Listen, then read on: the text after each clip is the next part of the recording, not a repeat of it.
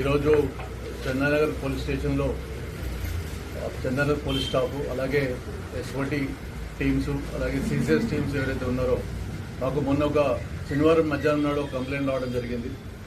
ఒక లేడీ ఎవరైతే ఉన్నారో ఎంఐజీలో ఉన్న రామాలయం నుంచి ఒక లేడీ ముసలామె 73 ఏళ్ళ ఆమె నడుచుకుంటా పోతూ ఉంటే ఒక స్నాచింగ్ జరిగిందని చెప్పేసి కంప్లైంట్ వచ్చింది.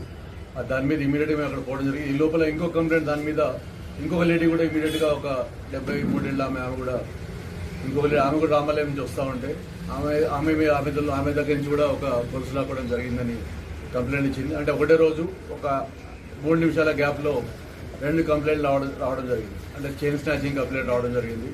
దాని మీద ఇమీడియట్గా రియాక్ట్ అయ్యి మా టీమ్స్ అన్ని మా పోలీస్ స్టేషన్ స్టాఫ్ అలాగే ఎస్ఓటీ అంజిరెడ్డి గారు మిగతా సిసిఎస్ సిబ్బంది వాళ్ళ ఎస్ఐ గారు వీళ్ళంతా వచ్చి ఇమీడియట్గా దాని మీద వర్కౌట్ చేసి ఎక్యూడు రాజేష్ అనే అతను ఉన్నాడు. ఇతను గోపీనగర్లో ఉంటాడు. ఇతను ప్రస్తుతం అన్ఎంప్లాయ్గా ఉన్నాడు. ఇతను ఏమి ఈ మధ్య అప్పులు ఎక్కువైనాయని చెప్పేసి అతను ఈ పని చేసినట్టు తెలిసింది. అతను వర్కౌట్ చేసి అతను నిన్న పట్టుకోవడం జరిగింది.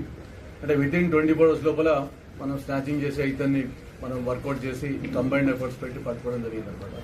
పట్టుకొని ఇంటాక్ట్ ఆ ప్రాపర్టీ ఏదైతే ఉందో గొలుసులు ఇమీడియట్గా దాన్ని ఇంటాక్ట్గా మనం రికవరీ చేయడం జరిగింది.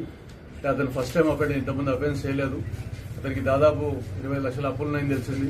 అప్పులు చేసి ఇవన్నీ దాంట్లో దీనికి ఈ పద్ధతి ఎంచుకున్నాడు.